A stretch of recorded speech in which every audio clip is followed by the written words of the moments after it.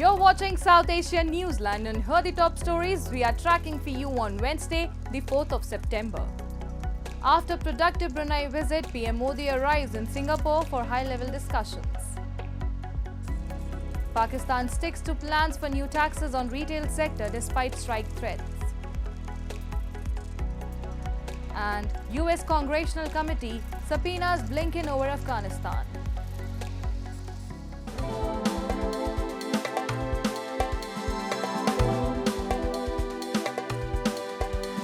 And now for all the details. India's Prime Minister Narendra Modi on Wednesday arrived in Singapore for the second leg of his two-nation visit. The Prime Minister is on a two-day official visit to the Southeast Asian country on the invitation of his Singaporean counterpart Lawrence Wong. Both the leaders will review the progress of India-Singapore strategic partnership and exchange views on regional and global issues of mutual interest. PM Modi had earlier visited Brunei, where he held talks with Sultan Haji Hassan Al Bolkiah. In a post on X, the Prime Minister said the talks were wide-ranging and included ways to further cement bilateral ties between the two nations. He added that India and Brunei are going to further expand trade ties, commercial linkages and people-to-people exchanges. Infusing fresh impetus to the Act East policy, both sides welcomed the elevation of bilateral ties to enhanced partnership. The Prime Minister, in an address, said India supports a policy of development and not expansionism, a veiled reference to China. Brunei is located near South China Sea, which is claimed almost entirely by Beijing. Thus, the visits are also being deemed as counter-outreach to Beijing's growing dominance in the region. And kicking off India's main opposition Congress party's campaign ahead of Jammu and Kashmir Assembly election, leader of opposition Rahul Gandhi on Wednesday promised to restore the statehood for the people in the region. He asserted that the withdrawal of its autonomous status has not only snatched the reasons of its identity but also eroded the rights and resources of its people. Calling the lieutenant government a king, Rahul Gandhi accused the central government of giving the benefits meant for the people of the valley to outsiders. Taking a jibe over remarks by Prime Minister Modi that he is not biological and talks directly with God, Rahul Gandhi said that in this election, God has given him a direct message saying he speaks to the public and act according to their wishes. मगर पहली बार हिंदुस्तान के किसी state को रद्द करके लोगों का जो हक है वो छीना गया। पहली बार हुआ है। ऐसे हिंदुस्तान के इतिहास में, मॉडर्न इंडिया में ये काम पहले कभी नहीं किया गया है। तो सबसे पहले जम्मू कश्मीर को जो स्टेटहुड है वो वापस देना है,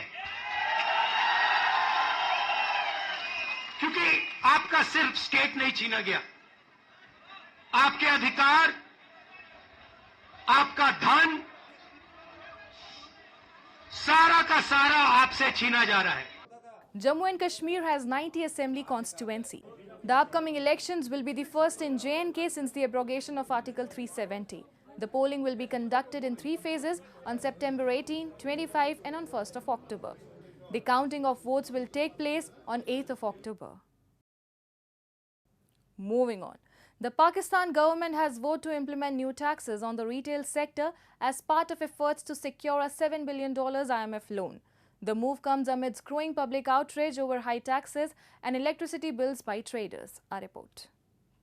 Pakistan's Finance Minister Mohammad Aurangzeb vowed on Tuesday to persevere with plans for new taxes on the retail sector despite strike threats as a step towards winning IMF board approval for a $7 billion loan. The taxes, in line with ambitious revenue targets, faced public backlash after they were introduced in the June budget. Aurangzeb said, "One thing I want to be very clear about, this is not going to be taken back." The comments follow nationwide strikes by retailers to demand withdrawal of the new tax scheme and high electricity rates. The latest of the last few months' protests against the new tariffs, taxes and inflation. जो bill, बिजली के bill हैं, जो इतने ज़रूरत से ज़्यादा आ रहे हैं कि एक गरीब आदमी की पहुंच से बाहर है। दूसरी बात, एक ताज और दोस्त स्कीम इन्होंने चलाई है जो हमें समझ नहीं आ रही है, क्योंकि कम से कम 20 से ज़्यादा टैक्स जो हैं वो बिजली के बिलों में इन्होंने लगा दिए हैं। तीसरी बात यह है कि ये अपनी खर्ची क्यों नहीं कम करते हैं। लोग महंगाई की वजह से अपने बच्चों को पढ़ा नहीं सक रहे हैं, बिजली के बिल नहीं दे सक रहे हैं। महंगाई की वजह से हमारे लोगों का यकीन माने कि कमर टूट गया, और ताजर जिसको कहते हैं कि ये पाकिस्तान की रीढ़ की हड्डी है, और इन्होंने रीढ़ की हड्डी पे वार किया है। On Tuesday, Prime Minister Shehbaz Sharif said the government was working to adopt IMF conditions and complete a loan program he hoped would be the South Asian nation's last. Reining in unresolved debt across Pakistan's power sector is a top concern of the IMF, which ended a $3 billion bailout in April that led to higher tariffs, hurting the poor and middle class, and cut household use for the first time in 16 years. The U.S. House of Representatives Foreign Affairs Committee on Tuesday subpoenaed Secretary of State Antony Blinken, saying he has refused to appear before the panel to testify on the U.S. withdrawal from Afghanistan in 2021. In a letter about the subpoena, Chairman Michael McWill said Blinken must appear before the committee on September 19 or face contempt charges. State Department spokesperson Matthew Miller said Blinken was not currently available to testify on the dates proposed by the committee, but has proposed reasonable alternatives to comply with McWill's request for a public hearing. He said Blinken had testified on Afghanistan before the Congress more than 14 times. He also said the State Department has provided the committee with nearly 20,000 pages of department records, multiple high-level briefings, and transcribed interviews. The subpoena from McWill's committee, which has been investigating the deadly and chaotic withdrawal from Afghanistan, comes as events surrounding the pullback became an increasingly politicized issue ahead of the November 5 elections. Moving on, Sri Lanka has announced an immediate visa-free policy for travellers from 38 countries. This decision follows a month-long period during which Sri Lanka issued visas on arrival due to issues with its e-visa system, which a foreign consortium had managed. Foreign Minister Ali Sabri said as part of the move, Singapore's streamlined one-shop approach would be adopted. He said that the decision will help ease congestion at visa counters.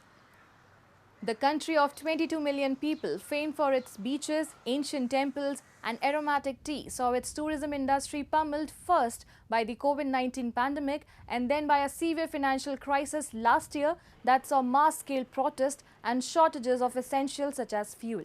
The tourism industry has now witnessed a turnaround in 2023 with gradual signs of recovery.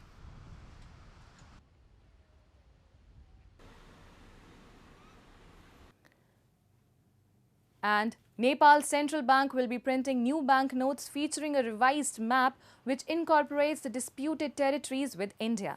Nepali media portal Nepal Khabar has reported. The Nepal Rashtra Bank has begun the process of printing the banknotes with the map, which includes the territories of Lipu Lake, Kalapani and Limpiadhura. The bank spokesperson Dilli Ram Pokhrel was quoted as saying by the media outlet.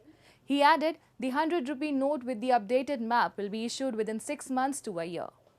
The development comes months after former Prime Minister Pushpa Kamal Dahal had approved the inclusion of the disputed map in Rs 100 currency note. Notably, incumbent Prime Minister Oli in his previous term had amended the constitution by incorporating a new map in the preamble constitution, including the 3 Indian territories. New Delhi had rejected the map and said artificial enlargement of claims is not based on historical facts or evidence and is not tenable. And thousands of Rohingya Muslims have fled to Bangladesh in recent months, Bangladeshi authorities have informed, as violence intensified in Myanmar's Rakhine state as fighting between Myanmar's ruling junta and the Arakan army, a powerful ethnic militia drawn from the Buddhist majority, continues to worsen. Talking to Reuters, Mohammad Shamsud Doiza, a senior Bangladesh government official in charge of refugees, said that they have information that around 8,000 Rohingya have crossed into Bangladesh recently, mostly over the last 2 months. De facto Foreign Minister Mohammad Tawhid Hussain said, while Bangladesh expresses sympathy, the country no longer the capacity to provide humanitarian shelter to additional refugees. It is not possible to fully seal the border, he said, adding that efforts will be made to prevent further infiltration. Over 1 million Rohingya currently live in overcrowded camps in southern Bangladesh with little hopes of returning to Myanmar, where they are largely denied citizenship and other basic rights.